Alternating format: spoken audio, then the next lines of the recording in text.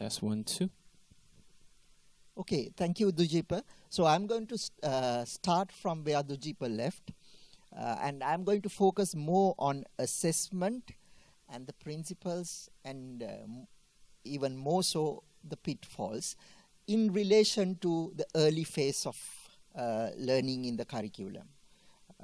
Not in general, but more towards the early phase of learning in the curriculum, and what are the things that really bother us, and what are the things that we want to really get it right in terms of when we are thinking of assessment in early phase of the curriculum. So what Dujipa said repeatedly was, we have to treat students from day one as those who will be one day practicing. So with that in mind, let me go for probably the only principle that I will be talking about, and that is the principle.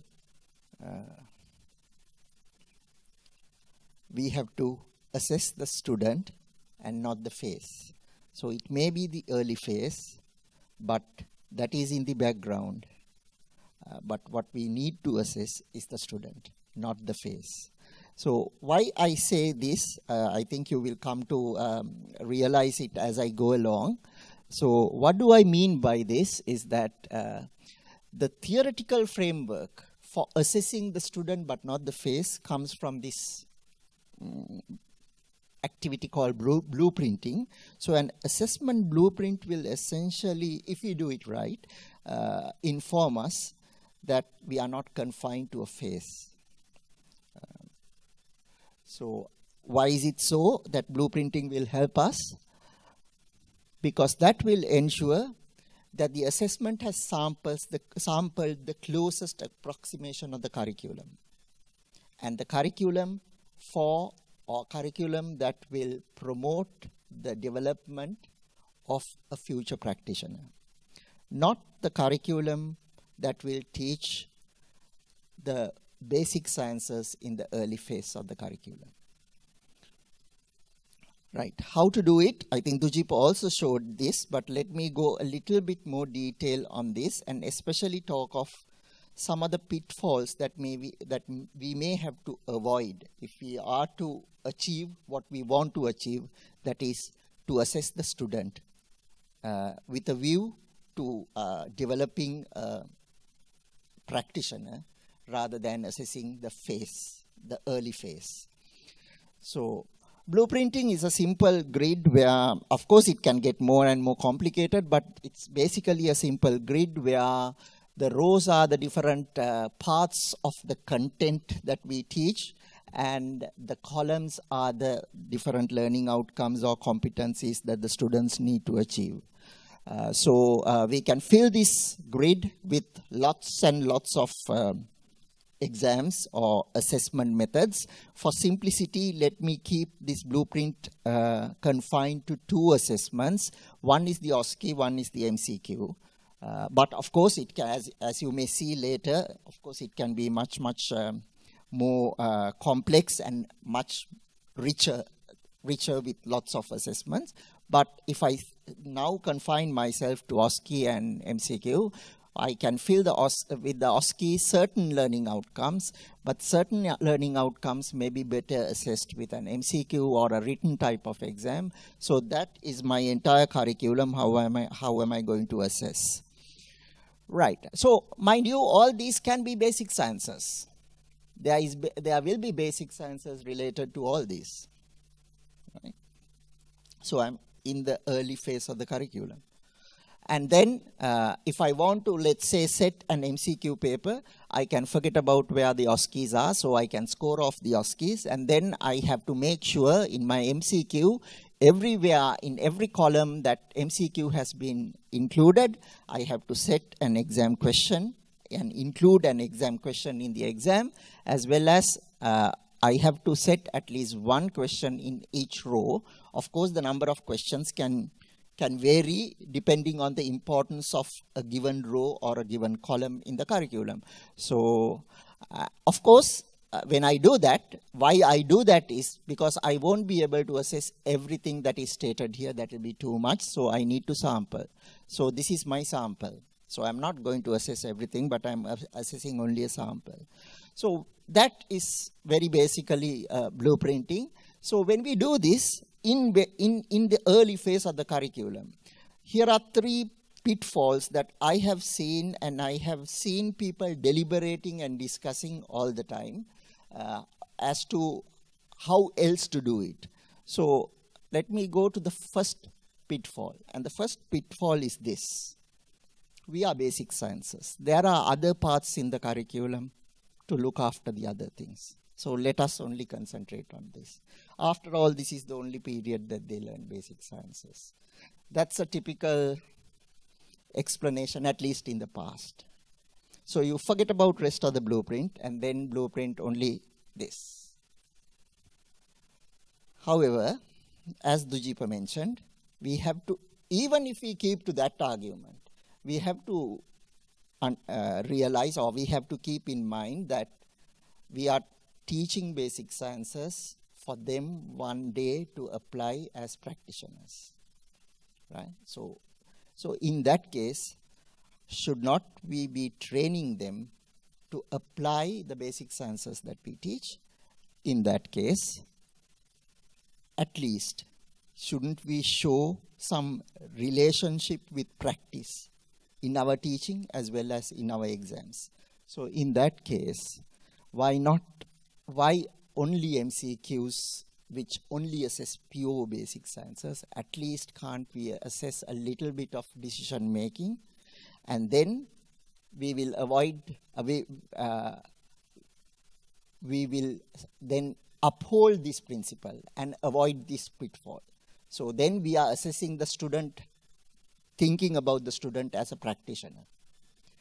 And for that, the trick is very simple. You can even keep to MCQs, but make it scenario based. If you include a scenario, immediately you will be giving the relevance. Right, that is the first pitfall to avoid, not to stick to one competence, and that is usually something related to theoretical knowledge. It may be told as basic sciences, it may be mentioned as theory, theoretical knowledge, or whatever, and that is the first pitfall. Okay, so if we include a scenario, at least the decision making and what Sushing and Dujipa both mentioned about the top skills in 2020 for this century is creativity, problem solving, and so on. And that can be addressed even in this early phase of the curriculum. Okay, the second pitfall is probably even similar, because let's say that we have included scenarios, so we are assessing only decision making. But then again, are we assessing the student, or are we assessing the phase in the curriculum?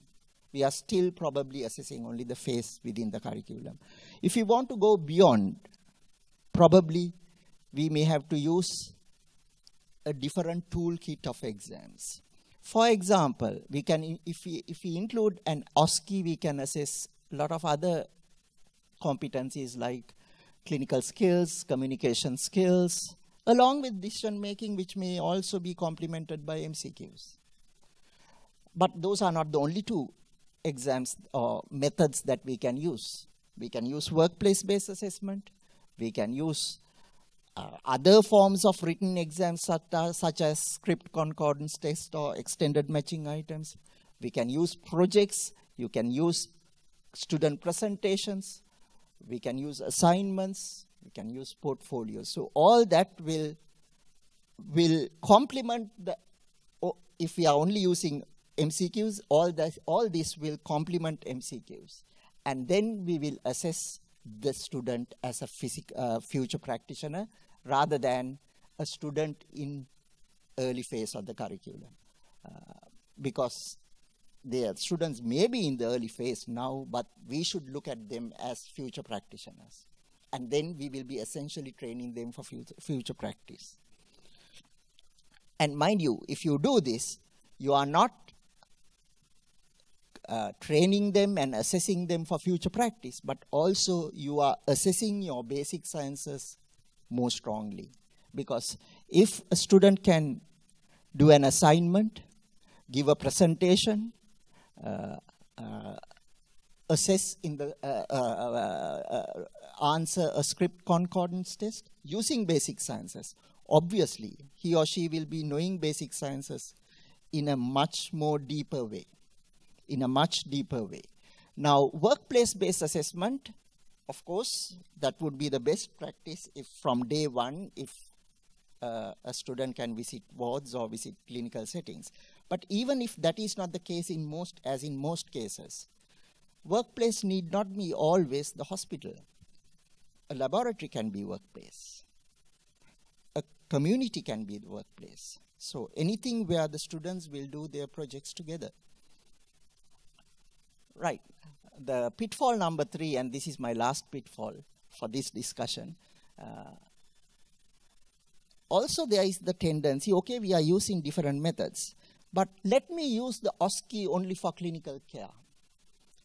Let me use presentations only for communication skills, and so on. So you're confining a method, an assessment method, to a particular column or a particular competency.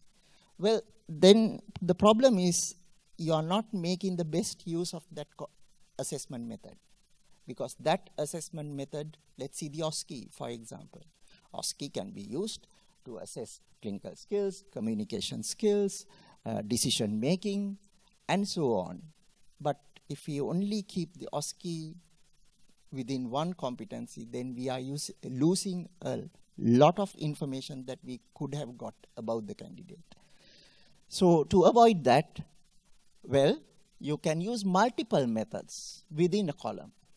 And here are they as we go along. So, and that again will be best practice. So these are the 3 pitfalls that in blueprinting in the early years of the curriculum that I have come across many a time.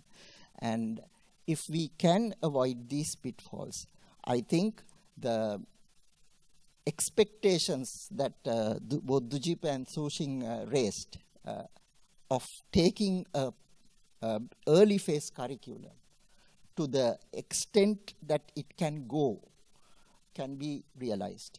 So in summary, basically with the blueprint, you can achieve a lot if we can avoid these pitfalls. Do not only assess pure basic sciences, use scenarios at least to assess application. Second, cover as many competencies as possible. Don't just wait or stay within theory or within basic sciences. Of course, basic sciences can be tested, but with the use of other competencies, the students will have to use other competencies if we set the exam that way. Thirdly, do not assign one assessment to one competency. And if we can avoid these pitfalls, probably we can achieve a lot within the early phase of the curriculum in terms of developing a safe and a competent practitioner. Thank you.